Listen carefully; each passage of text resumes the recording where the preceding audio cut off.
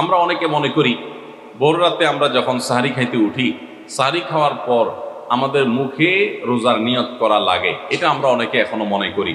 নাওয়াইতু আন আসুমা গাদান, এরপরে কি মিন শাহরি রমাদান। দেখছেন সবার পড়া পড়া মুখস্থ, মাশাআল্লাহ। হ্যাঁ, মাসনুন দোয়ার কথা যদি জিজ্ঞাসা করি তাহলে অনেকেই বলতে পারবেন না, কিন্তু যে দোয়ার কোনো ভিত্তি কোরআন হাদিসে কোথাও নাই, ওইটা সবার মুখস্থ। নকলটা সবার মুখস্থ, আসলটার খবর নাই। রমজান মাসে বা রমজানের বাইরে কোনো সময় রোজার নিয়ত মুখে উচ্চারণ করা, এই যে নাওয়াইতু আন আসুমা গাদান মিন শাহরি রমাদান, আরো কি কি আছে, এরকম কোনো দোয়া পড়ার কথা কোরআন কিংবা হাদিসে কোনো নির্দেশ আমাদেরকে দেওয়া হয় নাই। আপনি সাহারি খাইতে উঠছেন কি জন্য? রোজা রাখার জন্য। রমজান রোজা রাখার উদ্দেশ্যে সাহারি খাইতে উঠছেন, বাস এটাই নিয়ত। নিয়ত মানে মনের উদ্দেশ্য। নিয়ত মানে কি? মনের উদ্দেশ্য। অতএব সে উদ্দেশ্য আছে, তাতে নিয়ত হয়ে গেছে। মুখের নিয়ত করাটাকে যারা জরুরি বা আবশ্যক মনে করেন তারা অবশ্যই ভুলের মধ্যে আছেন, এবং এটাকে জরুরি আবশ্যক বানানোর কারণে বেদাত হতে পারে, বরং গুনাহ হতে পারে। রমাদান কেন্দ্রিক একটা ছোট ভুল বলা যেতে পারে যে এই মুখে নাওয়াইতু আন আসুমা দোয়া পড়াটাকে আমরা জরুরি মনে করি। অনেক ক্যালেন্ডার ইত্যাদি দেখবেন এরকম, রমজানের ক্যালেন্ডার, ইফতার সাহারির ক্যালেন্ডার, ওখানে দেখবেন এরকম দোয়া দেওয়া আছে। এই দোয়ার কোনো ভিত্তি কোরআন অথবা হাদিসে নাই। নকল জিনিস বোঝার একটা সহজ পদ্ধতি বলি। এই যে দোয়া আছে নাওয়াইতু আন আসুমা গাদান, এই দোয়ার শেষে হাদিসের কিতাবের নাম, বইয়ের নাম, হাদিস নম্বর, কোনো রেফারেন্স আপনারা দেখবেন না। বুঝতে পেরেছেন? এটা হলো মেড ইন জিনজিরা জিনিস আইটেম যেরকম দেখেন না, ওই রকম। তো এই জন্য এটাকে একটা আমরা ছোট ভুল বলতে পারি রমাদান কেন্দ্রিক, যে আমরা মুখে নিয়ত করাকে অনেক আবশ্যক মনে করি। রমাদান হলো আত্মশুদ্ধির মাস, পরিবর্তনের মাস, 11 মাসের লস পোষায় নেওয়ার মাস, ইবাদতের মৌসুম। আল্লাহর নৈকট্য লাভের জন্য, জান্নাত অর্জনের জন্য আমাদের যে ইবাদত বন্দেগী করা দরকার ছিল, নানা কারণে সেক্ষেত্রে যে ঘাটতি, যে ত্রুটি বিচ্যুতি, যে অভাব আমাদের তৈরি হয়েছে গত 11 মাসে, আল্লাহ সুবহানাহু ওয়া তাআলা রমাদানের 1 মাস ব্যাপী ইবাদতের এই ভরা বসন্ত আর বিশাল বড় মৌসুম দিয়েছেন, যেন 11 মাসের সমস্ত ক্ষতি আমরা এই 1 মাসে পুষিয়ে নিতে পারি। আল্লাহ সুবহানাহু ওয়া তাআলা আমাদেরকে সেভাবে রমাদানকে কাটাবার তৌফিক দান করুন। রমাদানের প্রস্তুতি অংশ হিসাবে আমরা বেশিরভাগ মানুষই ভুল প্রস্তুতি নেই। সেটি হলো প্রচুর পরিমাণে খাবার দাবার কেনাকাটা করে সেগুলো সংগ্রহ করে বাসা বাড়িতে খাবার দাবারের স্তূপ দিয়ে ফেলা। এটা হলো আমাদের বেশিরভাগ মানুষের রমাদানের প্রস্তুতি। অন্য যে কোনো সময়ের চাইতে রমাদান মাসে অতিরিক্ত খাবার ইত্যাদি কেনাকাটা আমরা করি, এটা রমাদানের যথাযথ প্রস্তুতি না।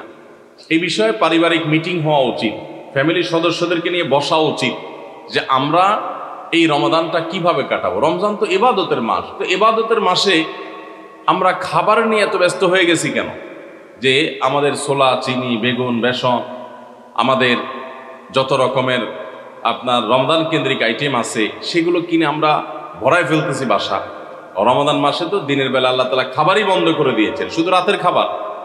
তাহলে যেখানে দিনের বেলা খাবারের অপশনই নাই, সেখানে খাবার আমরা দ্বিগুণ ত্রিগুণ কিনছি কেন? এটা রমাদানের যথাযথ প্রস্তুতি না। রমাদানের যথাযথ প্রস্তুতির অংশ হিসেবে আমরা আগে থেকে বরং খাবার কিভাবে কন্ট্রোল করা যায়, কিভাবে কমানো যায়, কিভাবে স্বাস্থ্য ভালো থাকে, কিভাবে পেটে আপনার বুটপাট ফুটপাট এগুলো কমানো যায়, সেরকম খাবার খাওয়ার জন্য পরিকল্পনা করা দরকার। যে অতিরিক্ত ভাজা পোড়া খেয়ে আমরা অসুস্থ হব না, পারিবারিকভাবে সিদ্ধান্ত নেওয়া দরকার যে আমরা এগুলো কমিয়ে আনবো, তাহলে ইবাদত বেশি করতে পারবো, ভালো করে করতে পারবো, দোয়া বেশি করে করতে পারবো। এই জন্য রমাদানের আমাদের দ্বিতীয় ভুল হলো রমাদানের ভুল প্রস্তুতি। অতিরিক্ত খাদ্য মজুত করে, কেনাকাটা করে, ভোজ্যপণ্য স্তূপ করে আমরা রমজানের প্রস্তুতি নেই। এই জায়গাটা থেকে আমাদের সরে আসতে হবে। যদি অর্থবহ রমাদান কাটাতে হয়, এই ভুলটা সংশোধন করতে হবে। নাম্বার 3, অনেক বাবা মা আছেন, তাদের যে সমস্ত বাচ্চারা একটু কষ্ট করলেও রোজা রাখতে পারে, সেই সমস্ত বাচ্চাদেরকে অনেক বাবা মা নিজেরা রোজা রাখতে দেন না। স্কুলের অভিযোগ দিয়ে মাদ্রাসা খোলা, সে অভিযোগ তুলে, তাদের পরীক্ষা চলছে সে অজুহাত তুলে, নানা অজুহাত তুলে আজকাল দেখা যায় 8-10 বছর 12 বছরের বাচ্চারা রোজা রাখতে গেলে অনেক মা বাপ নিষেধ করেন। আমরা আমাদের ছেলেবেলায় দেখেছি, আমাদের চেয়ে যারা বড়, সে আরো বড় মুরব্বী মানুষ আছেন, আপনারা আরো বেশি দেখেছেন যে আগে বাবা মা ছোট ছোট বাচ্চারা রোজা রাখতে চাইলে তাদেরকে উৎসাহ দিতেন, তাদেরকে অনুপ্রেরণা দিতেন, আগ্রহ জাগ্রত করতেন তাদের মধ্যে, তাদেরকে সাহস দিতেন যে হ্যাঁ হিম্মত করতে হয়। এখন বেশিরভাগ বাবা মা তাদের সন্তানদেরকে রোজা রাখতে উৎসাহিত করে না, বরং বাচ্চারা রোজা রাখতে গেলে তারা বলে না রাখার দরকার না, তুমি ভেঙে ফেলো।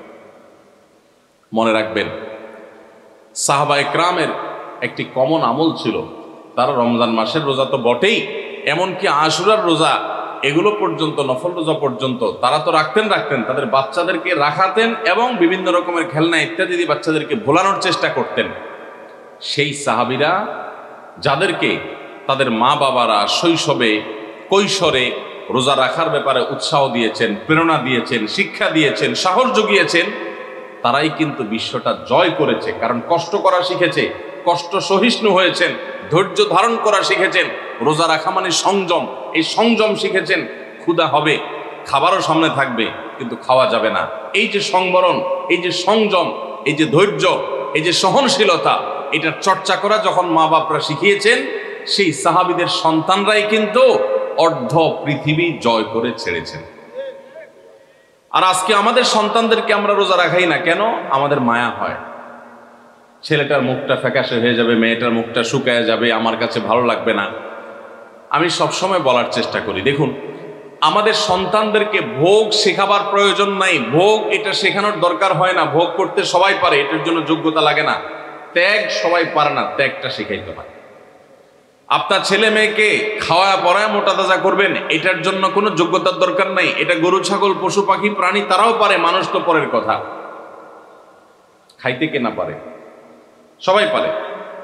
কিন্তু খাবার আছে, তবু আমি আল্লাহর নির্দেশে নিজেকে সংবরণ করব। একটা নির্দিষ্ট সময় সূর্য ডোবার আগ পর্যন্ত আমি খাবো না। এই যে ধৈর্য, এই যে সহনশীলতা, এই যে আত্মনিয়ন্ত্রণ, এই যে কন্ট্রোল, এই জিনিসটা আপনার বাচ্চার জীবনে অনেক গুরুত্বপূর্ণ একটা ব্যাপার। এটা তার জন্য অনেক বেশি জরুরি, তার কারণ তার সারা জীবন সামনে পড়ে আছে। তার জীবনে যা চাইবে সে সবকিছু পাবে না, বহু কিছু তার চাওয়ার সাথে পাওয়ার মিল থাকবে না। তার জীবনে অনেক সংগ্রাম করতে হবে, অনেক ইচ্ছা বিরুদ্ধ বিষয় তার সামনে এসে দাঁড়াবে। তখন সে সংযমী হতে পারবে, আত্মনিয়ন্ত্রণ করতে পারবে, ধৈর্য ধারণ করা শিখতে পারবে।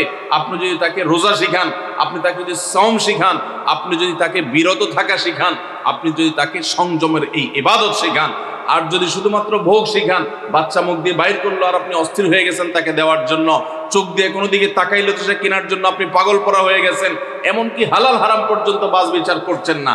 বাচ্চা যা চাচ্ছে তা দিচ্ছেন, যা চাচ্ছে না তাও দিচ্ছেন। এই যে ভোগবাদের ভিতরে নিজেও হাবুডুবু খাচ্ছেন, বাচ্চাকেও হাবুডুবু খাওয়াচ্ছেন, এর মাধ্যমে আপনার বাচ্চা কখনো যোগ্য মানুষ হবে না। আপনার বাচ্চা আর যা হোক, বিশ্বজয়ী সাহাবা একরামের সেই অনুসরণকারী বাচ্চা হতে পারবে না। তাদেরকে যদি আপনি সংগ্রাম শেখাতে চান, ভোর রাতে ঘুম থেকে জাগতে শেখান, ভোর রাতে উঠতে শিখান, আরামের ঘুম ছাড়া শেখান, আরামের কম্বল ত্যাগ করা শিখান। খাবার সামনে আছে, পানীয় সামনে আছে, ক্ষুধাও আছে, তৃষ্ণাও আছে, তারপরও সে খাবে না, এই সংযম শিখান। এরা দেখবেন পৃথিবীর নানা বাধার পাহাড় তারা ডিঙাতে শিখবে, নানা বাধার প্রাচীর তারা ডিঙাতে শিখবে, অতিক্রম করতে শিখবে। গোটা ইসলামটা আমাদেরকে কন্ট্রোল শিখায়। ভোগবাদী পৃথিবী আমাদেরকে শুধুমাত্র ভোগের উন্মাদনায় মাতাল হতে শিখায়, ইসলাম কন্ট্রোল করতে শিখায়। ভোগের উন্মাদনায় যখন মাতাল হয়ে যায় মানুষ, তখন তার দ্বারা পৃথিবীতে বড় কোনো কাজ করা সম্ভবপর হয় না। আজ গোটা পৃথিবীতে আমরা মুসলমানরা যেসব কারণে পিছিয়ে আছি, তোর মধ্যে থেকে একটা হলো এটা যে আমরা ভোগবাদের হাবুডুবু খাচ্ছি। আমরা ইসলামের যে নিয়ন্ত্রণ, আত্মনিয়ন্ত্রণ করার চর্চা এবং এর ট্রেনিং, এর প্রশিক্ষণ পাওয়ার কথা, সেটা আমরা নিচ্ছি না। রমাদান উপলক্ষে আমাদের বড় ভুল হলো যে আমরা নিজেরাও সিয়াম কি বলে সেটা বুঝার চেষ্টা করি না। রোজা কিন্তু আমাদের সাথে কথা বলে। রোজা বলে, দেখো তুমি রোজা রেখে তুমি পান করছো না, তোমার তৃষ্ণা আছে, রুমে কেউ নাই, ফ্রিজে ঠান্ডা পানি আছে, চাইলেই খাইতে পারো, কিন্তু তুমি খাচ্ছ না। তোমার ঘরে কেউ নেই, পেটে ক্ষুধা আছে, আবার হাতের কাছে খাবারও আছে, তারপর তুমি খাচ্ছ না। কেন? আল্লাহ নিষেধ করেছেন সেজন্য। তো এখান থেকে শিক্ষা গ্রহণ করে তোমার সামগ্রিক জীবনে আল্লাহর সমস্ত নিষিদ্ধ বিষয় থেকে বেঁচে থাকার যে ট্রেনিং এবং চর্চা, সেটা তুমি গ্রহণ করবা। এই কথাই রোজা আমাদেরকে প্রতিনিয়ত বলে। তো এই জন্য রমাদান কেন্দ্রিক আমাদের একটা বড় ভুল হলো এই রোজার বার্তাটা আমরা নিজেরাও গ্রহণ করতে পারি না। আমাদের শিশুরা, বিশেষ করে যারা রোজা রাখার উপযোগী হয়, আমি 2 বছর 3 বছরের শিশুকে তো রোজা রাখার কথা বলি না, ইসলামও সে কথা বলে না, কিন্তু আপনার বাচ্চা যখন 8-10 বছর বয়স হয়ে যায়, যখন থেকে 7-8 বছর পার হয়ে যাওয়ার পর সে রোজা রাখতে শিখে, একদিন হয়তো সে জোহর পর্যন্ত রাখবে, এরপর ভেঙে ফেলবে, কোনো গুনাহ হবে না।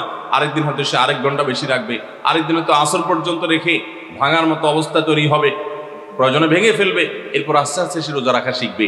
এই বাচ্চা যে কষ্ট করা শিখে, যে ধৈর্য ধরা শিখে, যে ক্ষুধার কষ্ট এটা নিয়ন্ত্রণ এটা বুঝে, সেই বাচ্চা অনেক বড় কিছু করতে পারবে, তার দ্বারা ভালো কিছু হবে। তো আমাদের বাচ্চাদেরকে রোজা রাখতে চাইলে তাদেরকে আমরা আরো বেশি উৎসাহ দেব, অনুপ্রেরণা দেব, সাহস দেব, তাদেরকে ভুলানোর চেষ্টা করব। এরা ইনশাআল্লাহ খাঁটি মুসলমান হতে পারবে, যোগ্য মানুষ হতে পারবে। তাহলে রমজান কেন্দ্রিক আমাদের এই ভুলটা একটা বড় ভুল, যে আমরা আমাদের সন্তানদেরকে দেখা যায় রোজা রাখার ব্যাপারে উৎসাহ দেই না, বরং অনেকে নিরুৎসাহ দেই। মনে রাখবেন, কোনো বাবা, কোনো অভিভাবক যেন বাচ্চাদেরকে নিরুৎসাহিত আমরা না করি।